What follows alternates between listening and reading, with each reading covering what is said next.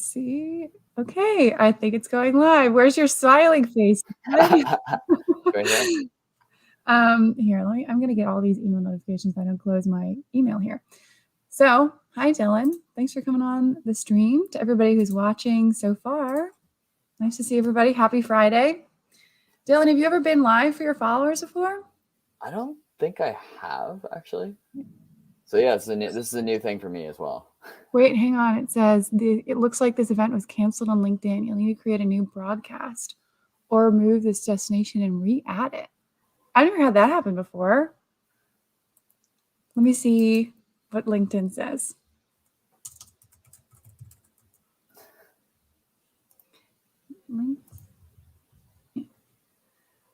Does it say anything about it? Are you able to see it? We're still live. I just went and opened the stream and we're still live. Okay. That's super weird. Oh, it says that's super weird. Okay. I guess maybe we just had an error. It says we're live now. Anyways, I would love to hear how you got into the data space. Do you even consider yourself in the analytics space or more just like the data space in general? Data space in general. Should I do an intro first, I guess? Yeah. Sure. So for those who don't know me and who have joined anyway, thank you for joining. And Dylan Anderson, I'm a lead data strategy consultant at Redkite. And so as Annie is about to dig into, I've been in the data space for quite a few years, but it's also on the strategy consulting side. So done a lot in business and strategy consulting, which has also led to data analytics because that is a key driver of strategy. So yeah. And now I'll let you go, Annie. Yeah, I had looked over your profile and had said like you were a backpacker and like a blogger, and then you got. I feel like that even your first step of getting into just consulting, like business consulting, like that's kind of like a big first step even, and now you're doing the data strategy. So like, kind of what brought you into the data space? So my first introduction to data was in university back in like 2015, and I did a course in R. And when I did that course in R, I kind of saw the power of programming and programming languages, especially more than Excel. And it kind of opened my eyes into that. But then as I graduated from undergrad, I went into strategy consulting, and the data space wasn't there yet. So a lot of companies weren't investing, especially in the consulting space. So I did pure strategy consulting, and I kind of left the my R expertise on the side and never kind of got back into it.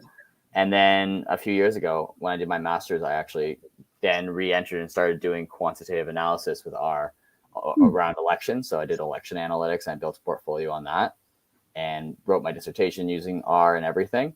And that's kind of when I re-entered the data space and was like, okay, I actually want to do data-driven consulting and link the two together, both on the data side and the strategy side. And that's what I've been doing for the past 2.5 years. I realized as you were talking that some of your followers might be surprised, like I was, to hear your voice because I was 100% expecting a British accent and then an American accent. No, not American Canadian. So, okay. Well, but technically, it's like still the in same. North It's pretty America. much the same thing. Yeah, it's very Americanized accent. Yeah, no, I moved to the UK about 3.5 years ago. That's Canadian. There we go. And but I'm from Toronto, born and bred in Toronto, and like for me, like the next biggest place to go other than Toronto was either New York or London, and I was like, I want to go to London, and I love it here. It's an awesome city for anyone who's been there or hasn't been there.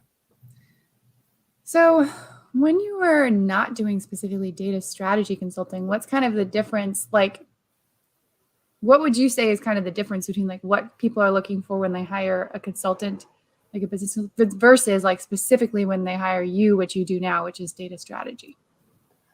So business consulting is like pure strategy. So you have a business problem. You're like, I want to make more money, or I want to set up my marketing strategy to target key customers.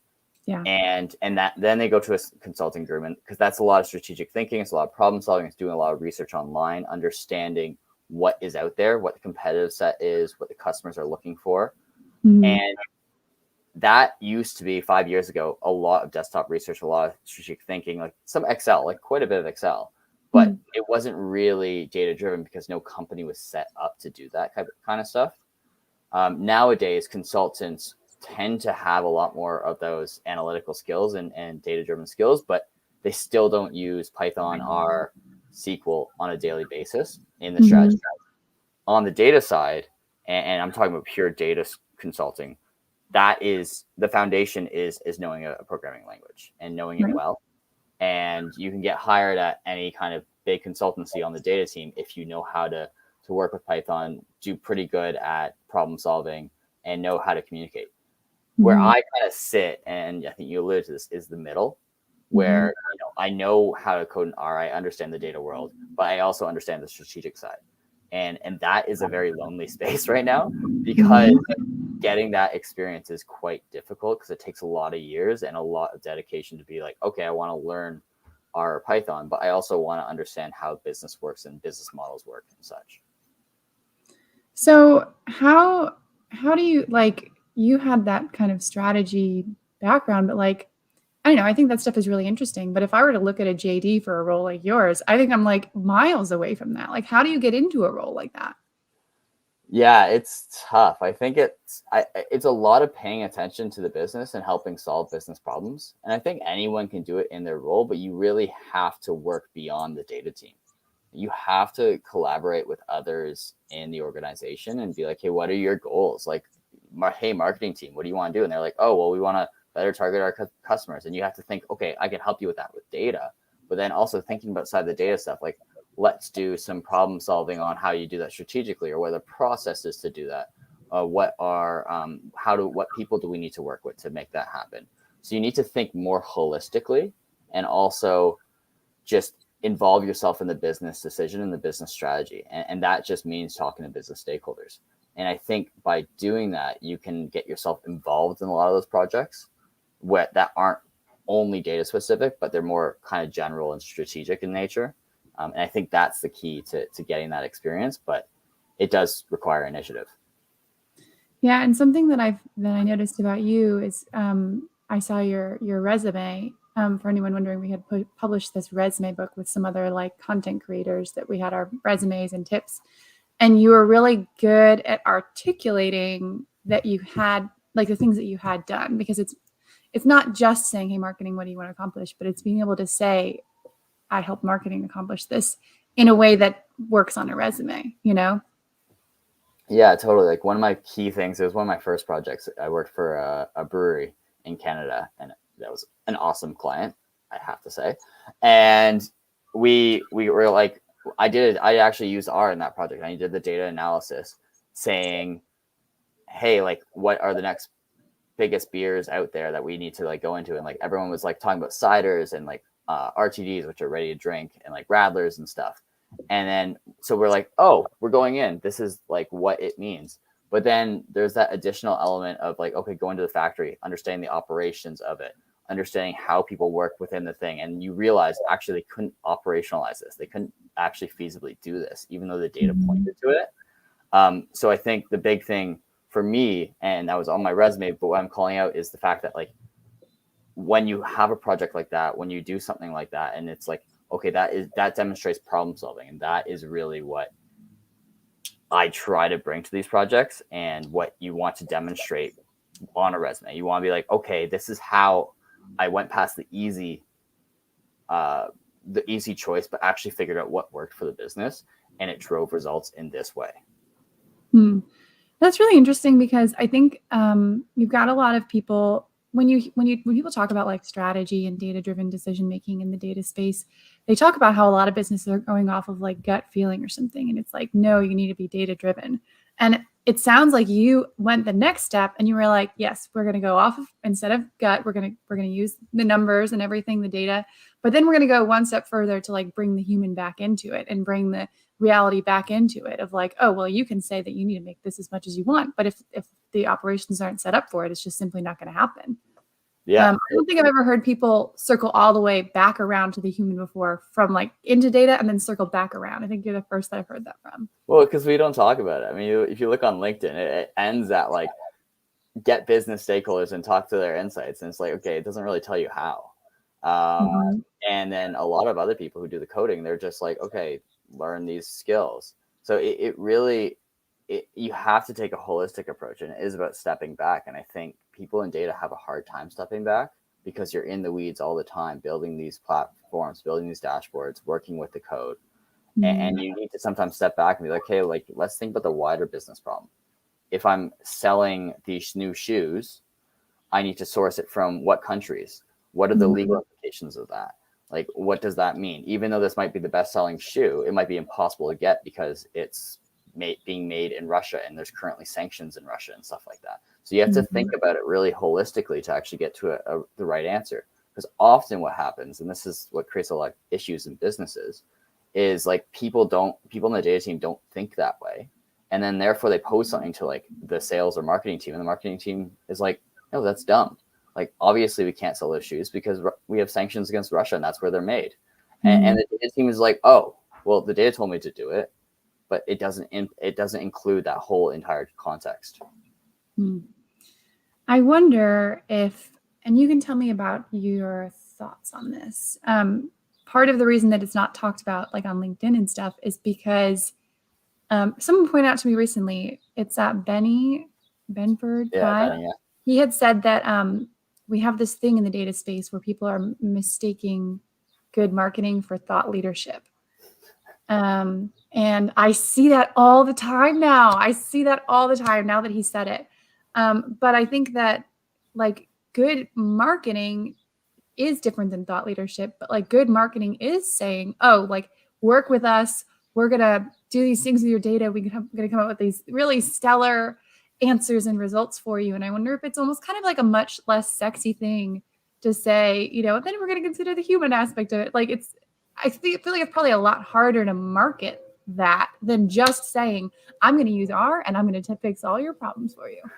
Yeah, it's so true, honestly. I mean, if I was to give anyone advice on how to get a job in data right now, I'd say do data governance because no one wants to do it. It's the most unsexy thing out there, but it's the thing that every company needs right now. And companies are starting to realize that.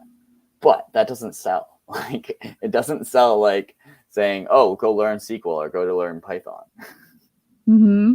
Yeah, I'd love to hear you expand more on like what your perception is of data governance because I think a very stiff, rigid, cold version of it. And I listened to an episode of the Be Data Driven Kyle Winterbottom's podcast the other day, and he had someone talking about data governance, and I was like, oh my gosh, for the first time, this sounds way more interesting.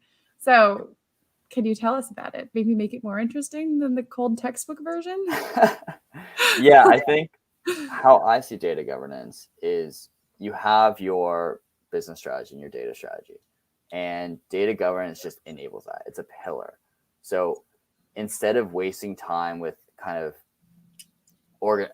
going to different people in different departments, you have a set of standards that everyone can follow, and it just enables data quality. It makes sure that there aren't a ton of mistakes made, that people know what they can and what they can't do. And people often think that like data governance inhibits what they are able to do, and in some situations it might, but in most situations it just enables you more because it makes sure the data is clean, it makes sure what you're working off is right, and it reduces risk. It reduces the fact that like maybe you'll build something and then it will create a horrible outcome. Like, for example, like the Zillow machine learning algorithm that lost them like $25 million. I don't know what it was, but that if they had proper data governance and standards against their models, that could potentially have avoided it. I don't know specifically, but data governance is just, it's like a linchpin in making sure that your data is effective.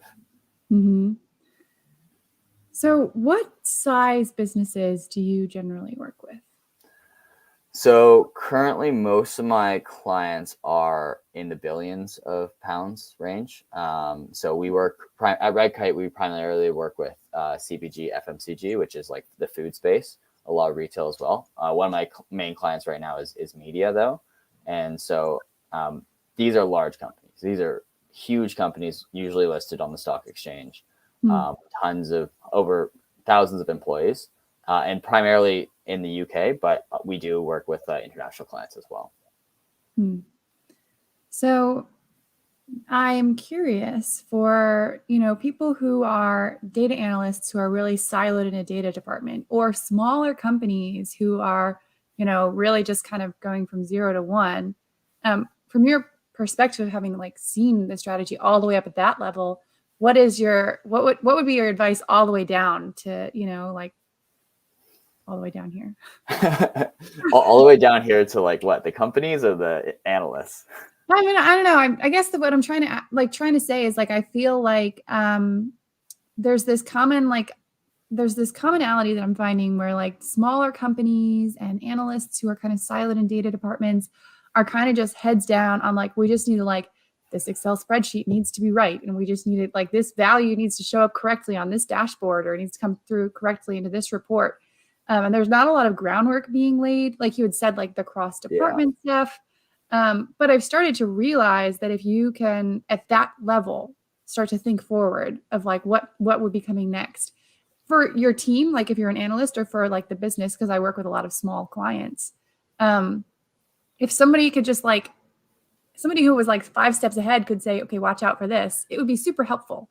So, but I don't know what that thing is. I don't know how to ask. This isn't like a guided question of like, I know what I'm asking you. Yeah. I just know that I know that you know things that you could tell me that I don't know. I think, yeah, I'm kind of getting where you're going. And I think the biggest thing for especially like a data analyst in a siloed organization or something like that is understand the business use cases, so that you aren't head down doing the same thing over and over again, and figure out where you can add value in that realm based on your skill set.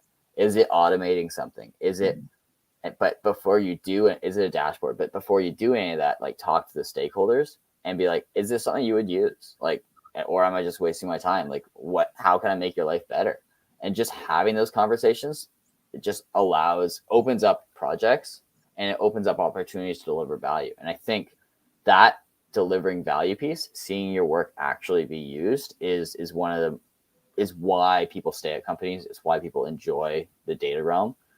Not if you deliver something and no one uses it, and you're like, I don't want to be here anymore. Like, stuff I'm doing is not relevant anymore. And even if you're paid a healthy sum, you might go somewhere else because you want to actually feel like your work is valued.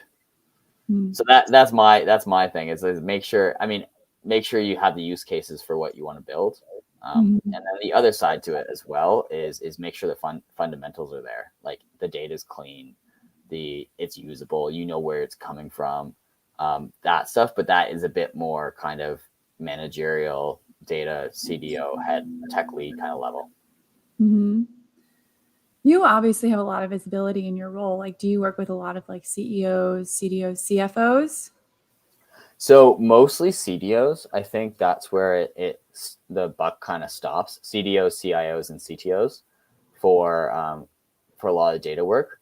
But when you actually start with a data strategy, you do get those other businesses brought in. So the CDO is usually the end stakeholder for a lot of data delivery work. But for example, if the strategy I'm working on for this media company right now is we're talking to the CEO and the CFO and the salespeople and kind of everybody, because we want to know how this data program and the new data analytics program can actually deliver value.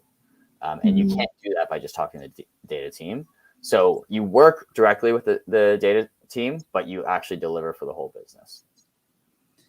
Yeah, that concept that you said about like actually delivering value is an interesting thing. We've talked about this off the stream before. Like I've said, like as an analyst, when you go to write your resume, like is everyone just making this stuff up? Like how do you like, for a lot of analysts, I mean, as a consultant, I fortunately can say like I helped a client find $100,000 in lost revenue, and that's like a very concrete thing. But I think a lot of analysts like probably facing the same challenges as their managers of like, how do we articulate the value of what we're doing? It's valuable. But do you find that you have to kind of help people figure out how to articulate the value of an analytics team? Oh yeah, 100%. Is that like your whole job? That was actually one of my projects. I did a project for another media agency like a few months ago, and the whole project was actually just like, they have a bunch of use cases. What's the value of them? Like, what is the monetary value we can actually deliver from this stuff? And getting that was a pain, because no one wanted to put a number against it. They didn't want to be like, I'm going to say it's going to save it's going to drive 2 million pounds in extra revenue. But they didn't want to say that because they would be signing themselves up to deliver that 2 million pounds. So you have to kind of play with it, show them the logical path, and make sure that like you're assessing the right forms of value. And I think even for like an analyst or a data scientist or anybody really, look at all the monetary benefits and the non-monetary benefits and kind of estimate, size it up, but like size them up in a logical way. So if you're going to drive this much revenue, that revenue is based off of your hourly ad rate of say $1 times an increase in 100 streaming hours per month. So that's kind of that's how you get to it. So just show the process of getting to it and make sure that that is underlined by logic. It could be estimates, but as long as it's like, as long as you have that logical flow, that's the best you can kind of ask for. So do you help companies get set up, like if they don't really have a super great analytics department, like do you help them set that up, or do you come into like existing analytics teams to like revamp? Like where's your role in that? So it's a bit of both.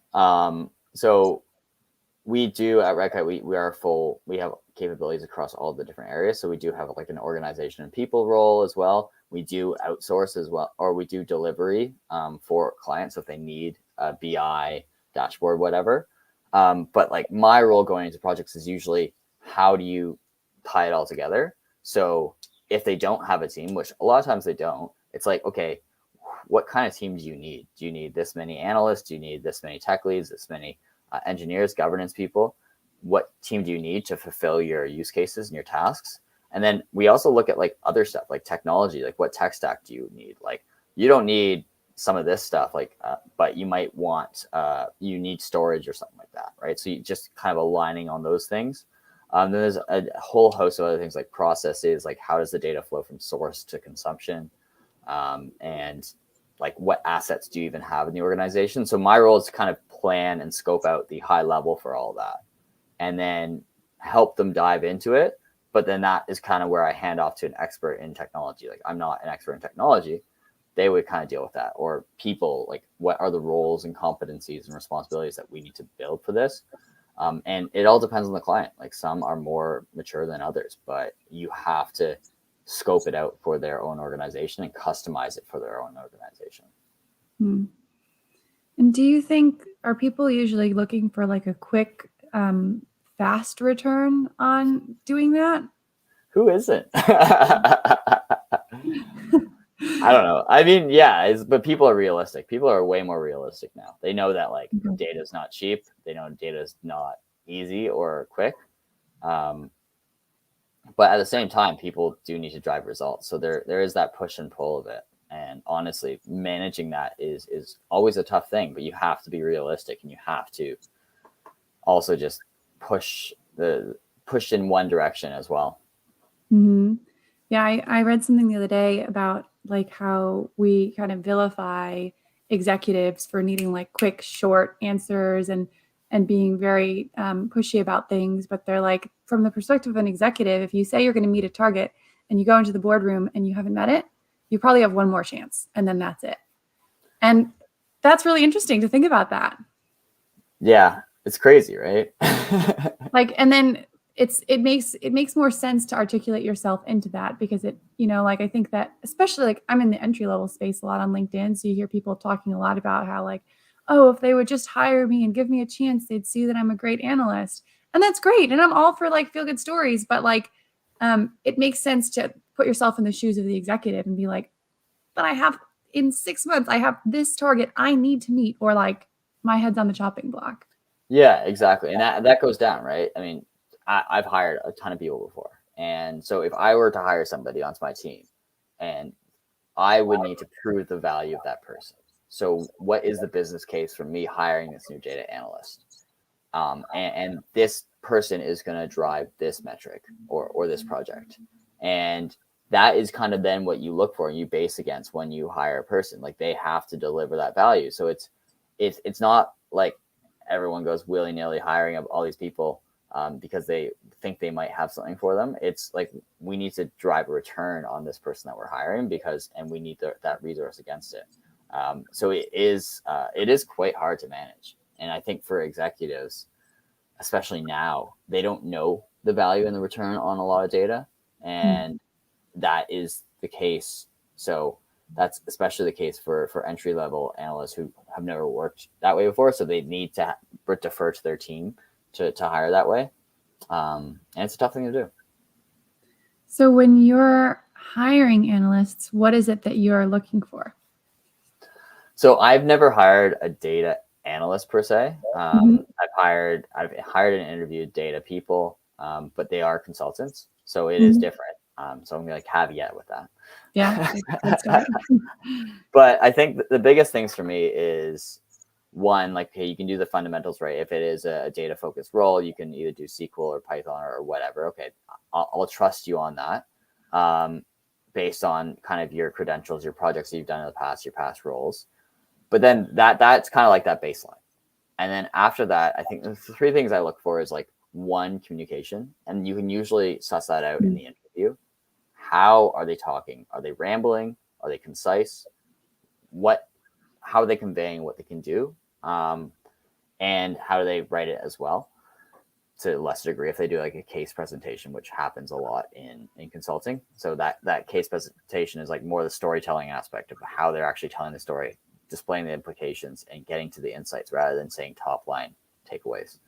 The second thing is initiative. This is something that I love to look for in consulting because, in the data world and the consulting world, you need to take initiative to grow and to achieve like great things. So looking for that in projects that people do outside of work or things they volunteer for or things they're passionate about that they've really taken to the next level, that kind of speaks volumes. Or even in their job too, if they've gone above and beyond the role description and just kind of, you can tell that in the interview. It's harder to tell on a resume because everyone has gone above and beyond the role description on a resume. It's not. Yeah. And then the biggest thing is like strategic thinking and problem solving. And you would think coding, you'd have that because you're coding and it's very logical problem solving. But it's about seeing, as I mentioned before, the bigger picture and being strategic about how you do things. Like, are you just doing it because someone told you to do it? Or are you doing it because it makes sense? And are you going from point A to point F in a logical manner? So you can really, after being on my side of the interview table quite a bit, you can deduce how people go from how their logic flows and how they solve a problem. And that really kind of paints a big picture of whether they can do that on a recurring basis and do it quickly as well. Because the last thing I'll say about that is, like, in consulting, you need to do things fast. And then you also work a lot with ambiguity, which a lot of people have trouble with. So you have to suss that out because it's a key facet of the job. Yeah, I last week posted a quote in the wrong order, and like 5 people were like, "Amazing, Annie, so insightful," and you were like, "Nope." I had said, like, what did I say? I said that the people who only know the why will always be working for the people who know the how. Yeah. And you came and you were like, "No, I think you got that the wrong way around." Yeah, exactly. and you post a lot, so I've made those mistakes too. Yeah, I think that is another skill that is overlooked often, is attention to detail. That was one of my biggest weaknesses coming out of university and going into consulting. And there was like a few mistakes on my presentations, a few mistakes that went to the partners, and like they got called out. And so you have to be like, okay, actually, you know what? I really need to double down on this. And now it's one of my strengths. And I think that detail is so important for entry level people as well, because if you can prove that like you don't have any errors in your stuff, it goes a long way in saying like this person's ready for the next level. Another important thing I think is being able to respond well to errors. So like I had a portfolio piece that I presented in a panel interview, which for the job that I'm at now. And I believe that I had forgotten to like synchronize a dual axis in Tableau or something. I was still new to it. And someone had brought it up. They had asked about it. And I think that I had I honestly kind of blacked out the whole interview. I was so nervous. I don't really remember it. But from what I have heard, I had said like, "Oh, that's really interesting. I'm gonna have to look into that, and I'll get back to you on it." And I heard as a follow-up later that they had actually really liked that I had been able to like take that feedback, especially because as a consultant where I'm building Tableau dashboards, there's going to be like little things that I miss when I'm just showing a prototype, and being able to take that feedback and not just like immediately dig in and be like, this is the right answer, or like get completely flustered and off track because of this little thing and be able to respond to it and move on, I guess was an impressive part of it. Was actually a mark in my favor. Well, you recognize what you need to do, right? It's not like I can't fix this on the spot, but like I'll take a look and I'll let you know what the error is. And I've done that before in client conversations. Mm-hmm. I think responding to like those kinds of questions and scenarios is a really, really important skill. And it's one thing that I think you gain in consulting because you're so often in that position, either with internally or externally with clients. And I don't think it's a skill, unfortunately, that like data scientists, analysts, engineers get as much because they're kind of more on the back end of stuff and they're building. But it is something you should always seek out and like responding to questions and being able to think on your feet. This is an interesting question. I think maybe the opposite. Do you think general business strategists will become less relevant as companies become more data driven by working with data teams directly? I think maybe just general, but like I think your role is going to be like more and more important. What do you think? It will be. It's funny. I think I forget who it was. So posted on I think it was Consulting Humor actually, was saying the reason why our jobs will never go away is because you try explaining to the client how to do something or try to organize their processes in a way that works for them. And that will maintain, that will still be a thing. I think a lot more general business strategists will need data function or data skills. So I completely agree, Daniel. I think that will be important. But there's always the working with stakeholders, the getting them on your side, the helping them figure it out and get to the process. That stuff you'll still need, and I don't think that could ever really be replaced by AI. If AI ever replaced that too, like that, then we're done, like game over. But and then the other side of it too is a big chunk of business strategists aren't in pure strategy; they're in change management and transformation. And that area, I think, is actually going to start booming more because I think there's a big gap between companies and their data goals and their actual ability to do transformation and transform into a more data-driven company. So, and that does not sit in the data team and never will. Yeah, that's an interesting point about like who in the data team is overseeing the strategy. And what I've seen recently is that a lot of companies are getting these kind of self-service analytic platforms like, oh, you don't need to work with a Tableau consultant or whatever, because you can just like get a dashboard that's made, or like no code this thing. And I think that's great. And I think that I love that people are being empowered to be able to access their own data. However, I think that almost every single client that comes to me and they say, this is what I want, I feed them back, I hear you, but this is what you want. And so I'm curious about your perspective on this, like kind of self-serve analytics, like revolution. And if people are even going to notice that, like, they're not getting the full value, like, what do you think about that? Well, I can tell you what all my clients say is one of the biggest priorities is to get self-serve. But like a Tableau dashboard is not self-serve. It's only self-serve if it's built for the right purposes, if the data is clean, if it's built in the right way. And in a lot of different companies, it's not. So it's really hard for, I think, the marketing budgets of a lot of these companies, a lot of these like tooling companies are a lot more effective than their actual products. Sorry to say to any of them, but there's still a lot of process behind it. It's still about getting people on the same page, getting them to use data and to think about things differently because they're used to doing their things for so many years in the same way, how do you get them to change? And that is not about putting a product in front of them. That's about coaching them along the process and helping them understand what self-serve actually means for their job and how they can deliver better results via that. I think that circles us back to the data governance thing too, because it has to be clean and coming from the right place and everything in order to. Oh, my screen froze. I hope it was. No, you're good. You're good. Connection.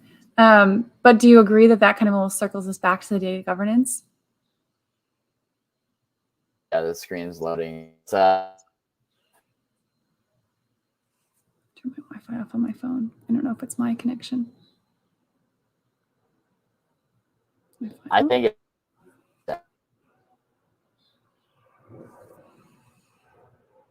it's silent.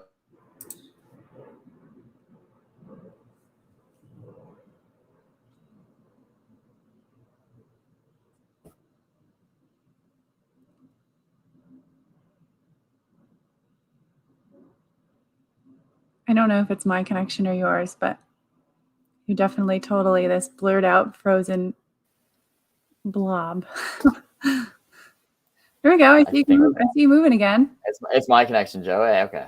I'll trust you, Joe. I'll test it right now.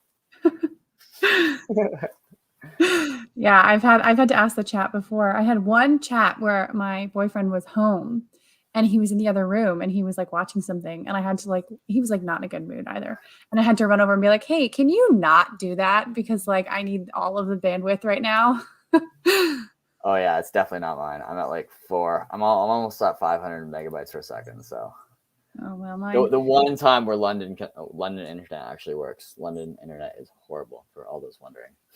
So yeah, that was actually another question that I had. So you were in Toronto and now you're in the UK, which I don't know about Canada's kind of labor policies. I imagine they're better than the States, but like you were backpacking and everything. Like do you feel like you get to, with the job you're in and you're working with big clients, do you still get to like be your whole self and do things? Like I saw you got engaged recently. Congratulations. Like, do you get to be your whole self or do you kind of like have to just be this person now? No, I think it depends on the culture of the organization. So my company is really open to people being themselves. They're really open to like people taking time off. Great benefits as well, which I really enjoy. So I feel totally empowered to be my own person.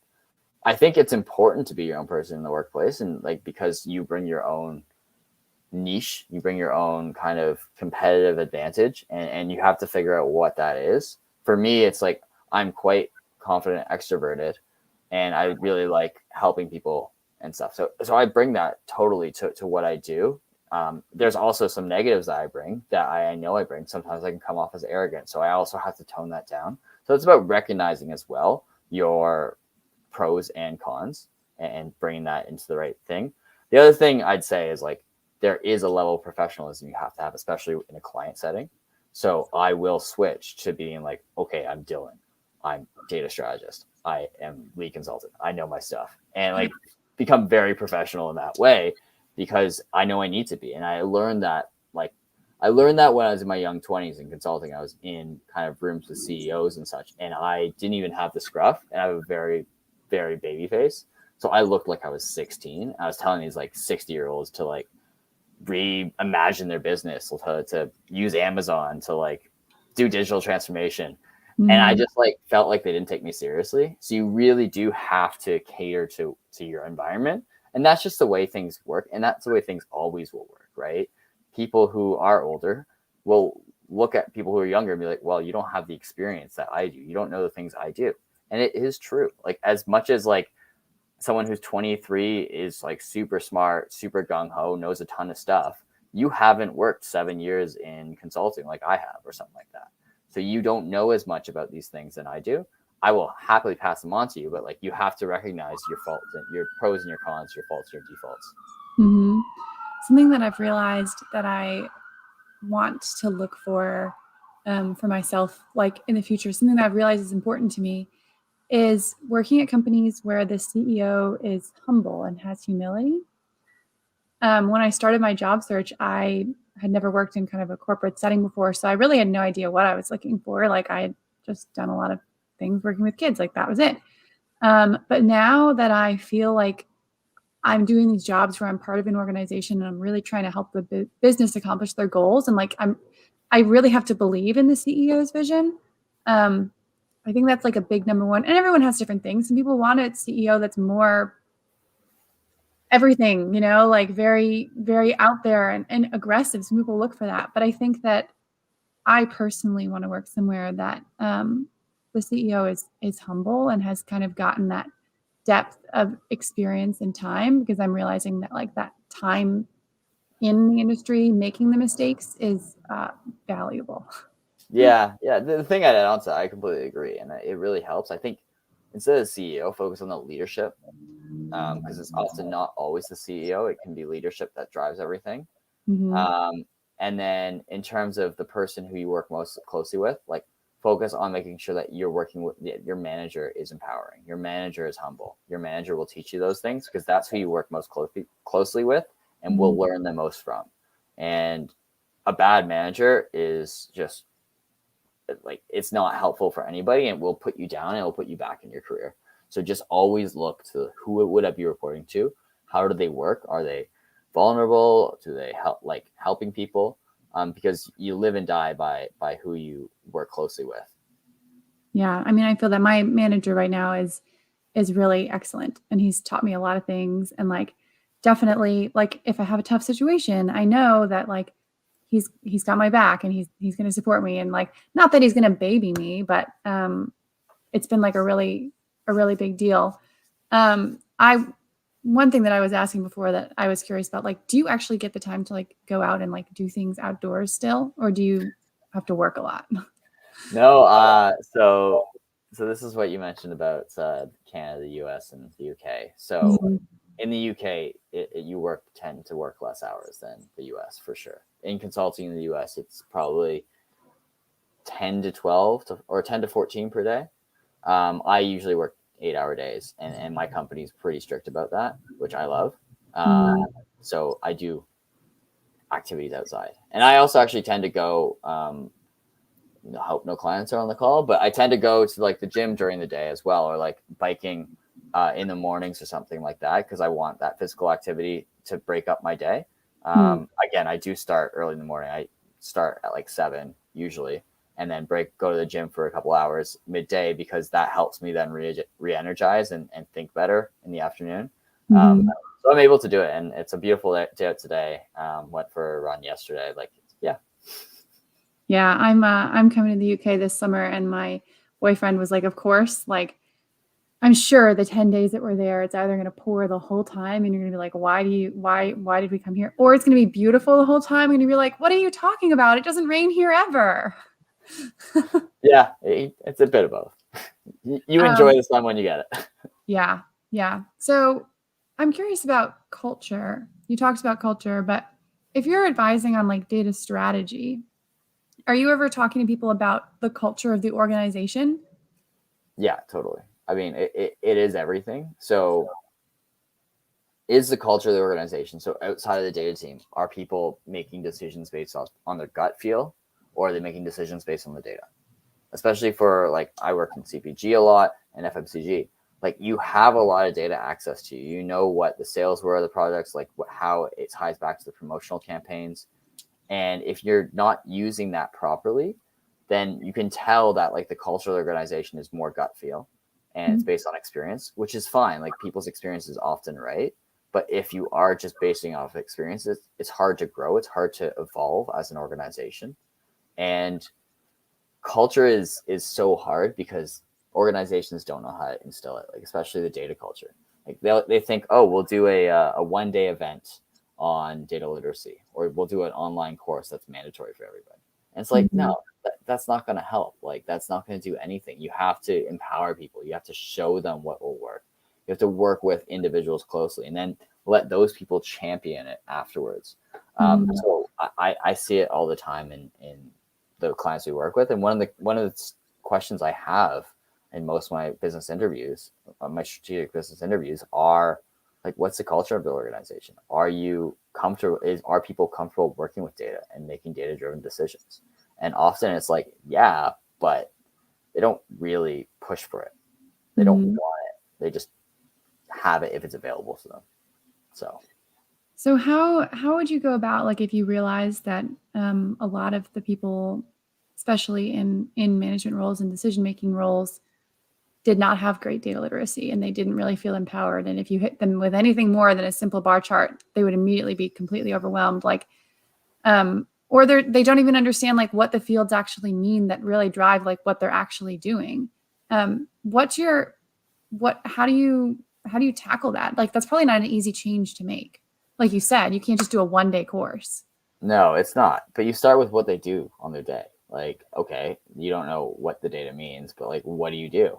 Oh, I sell laundry detergent because I work at Tide and I want to make sure our sales go up. It's like, okay, how do we enable that with data? We will look at X, Y, and Z. And it's like, okay, how do you make that decision? And they're like, oh, well, I make that decision based on sales, based on like customers, based on what the media agency tells me. And then you kind of go through that process and you get them down to that like foundational point of like, oh, you know what? Data is actually helpful here. Let's see how that can help. Let's build a tool that can do that. Do you think that would help? And they're like, oh yeah, I think that would be really helpful. I mean, most people aren't like that oblivious to it. But like it's the process of just getting to like the lowest common denominator between their business and role and data and like what data can offer. And if you do that, then it really helps bring people along. They're like, oh, I actually want to learn how to use Tableau, or I want to figure out how to do this. And yeah. It's interesting because it's just, like I work with a lot of smaller to medium-sized businesses, and I've definitely had people be like, oh, well, I'm not a data person. It's like, well, you need data, and bridging that gap, especially because for me, like, we have clients who come to us and they maybe buy 80-hour bucket or something and they want something accomplished. And so it's like this decision of like, am I going to spend the time to help them with data literacy and like invest in helping them to feel like they can empower them to use their data, or am I just going to accomplish what they have purchased the hours for? Yeah, it's tough. And that goes back to the will consultants ever be replaced? It's like when clients know what they need to ask for, maybe, but that's not going to happen. Yeah. So what do the interviews for a position like yours look like? So, I mean, typically you have kind of behavioral interviews, which is a lot of like telling your story, how you deal in certain situations, strengths, weaknesses. So that's super important. And then the differentiator for consulting is a case interview. So usually, and what I was given when I interviewed for Redkite was a data set. And it's like, okay, build a PowerPoint document based on this data set and get some insights out of it. And I think that the differentiator there and that why it's so popular is case interviews is because it shows the level of depth that you are able to get to for the insights that you have. So if you say like, oh, sales are down, I'm not going to hire you. If you say sales are down because this happened and therefore we need to invest further in that. That is insightful. It draws out the implication and you actually have go forward action steps of what to do. And so that is kind of what you're looking for. And that's the process. Then the other thing in a lot of consulting firms as well is they do case interviews on the spot. So it's not a take home. It's okay, let's solve this problem together, working together. And there's a lot of estimates involved, but it's about seeing how you think and understanding, okay, that person puts 2 and 2 equals 4 very logically together, not like 2 plus 0.5 plus 0.3 plus 0.2, and in a way that doesn't actually work and is like not very logical. So it's about understanding how the person thinks, and that's how you interview in consulting. That's interesting. So at your actual day-to-day, how much time do you spend actually looking at actual data and digging into actual data versus all the other stuff? Oh, I don't spend any time looking at data. That's my trade secret right there. I haven't opened my R IDE in I think almost a year, and I do want to, but like there's so much going on, LinkedIn content stuff, all that other fun stuff. And at work, like I'm not the one who's paid to write SQL or Python queries. I'm the one who's paid to think about why you're writing them. Python SQL queries, and none of that exists in Python or SQL IDE. So, So what does a normal day look like for you? Is it a lot of meetings? Is it like literally just time to think and write notes? Like, I wish. No, I think like right now I'm on a very intensive project where we're doing a lot of stakeholder interviews. So we're doing about 20 to 30 stakeholder interviews, understanding kind of what the business needs are. So being on those interviews, hour-long conversations with, like, as I mentioned, CEO, CFO, understanding what they want, what they can use, how they can use data better, and how it integrates within the organization. And then during those breaks, it's kind of collating those interviews, understanding what they said, drawing out themes, and putting together kind of a report to say, like, okay, this is where we're at as a business right now. How do we use this to get better? And at the same time for this project, I'm currently also working with my team, and this is all not me, by the way. This is me and 3 other people, but to put out a data maturity survey. So we're surveying these same people and a lot more via Microsoft Forms and Power BI to understand where they are at in terms of their maturity of their data assets, their data governance, their technology, all these different things, so that we can set a baseline of like, okay, this is where you're at, and this is where you need to get to deliver these use cases. So that data maturity survey, did you come up with that? Like, is that something you've used with other clients? Did you come up with it just for this one? Yeah, no, we've used it before. We've turned, so you get it kind of in the qualitative conversations, you talk about the maturity, but then you also doing this quantitative side adds both aspects to it. And so we use it pretty much with a lot of our data strategy projects because it is a good baseline for people to understand where their organization is at and get some agreement, consensus. And that consensus is so important when you get perspectives from 200 people that all director level and above, then it's like, okay, shit, we actually need to do something with this. If it's like at a 1 maturity. And then the other thing we try to do is we compare it against benchmarks of competitors in the space. And that really is impactful because you know, okay, I'm doing 1 and my competitor is doing 3 in terms of our maturity out of 5. Like, I really need to step up my game. And that really makes people be like, okay, we're going to listen. We're going to create this data strategy. We're going to actually action it and go through these things. So it's a very effective way of getting things done and getting past the politics, getting past the hesitancy within organizations. That's really interesting. Like this cohort analysis that you're able to do. I'm working for one of my clients right now on something that I like suggested a cohort analysis, and it's so interesting that you've been able to like apply that to like what you're actually doing. Like I love seeing that you're doing data-driven work as much as you're helping them do data-driven work, because I think that I realized that a lot of consulting orgs are just out there doing it and they're not data-driven. They're helping their clients be data-driven. Sounds like you guys do both. Yeah, I mean, you have to, right? It's or walk the talk or whatever. So making sure that what we are, and the thing I have to say as well that is worth noting is like these interviews, that's data, right? We are using data. It's qualitative data that we ascertain through conversation, and that is feeding into the recommendations. So that is also important to make sure that what we come to at the end is something that our stakeholders want and agree on, and that will actually drive impact through it for the organization. And I think the biggest thing there too is like making sure it's data driven, but making sure everyone's along for the ride and journey. And that's the important thing about talking to these people and doing the survey is that people know what's going on, they know the direction they're heading. You gotta get like that short-term return of like, look very clearly, like if this is one reason I think you should come along with me, and hopefully people come along. Do you ever feel like the need to kind of put out any short-term returns on the actual strategy stuff? Or are you saying, hey, this is a long game we're playing here? You have to have touch points. So touch points with your stakeholders is key. And I think that's true of any project. So any data person, you should have touch points where you're iterating, you're working with your stakeholders. For example, when we do this interview report, there's going to be a lot of feedback.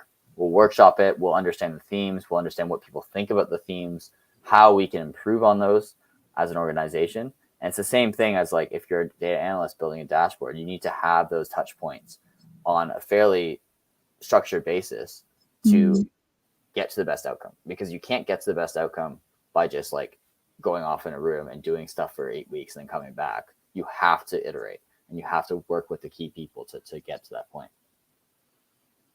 Do you ever get nervous when you get a new client that you're just not going to know anything?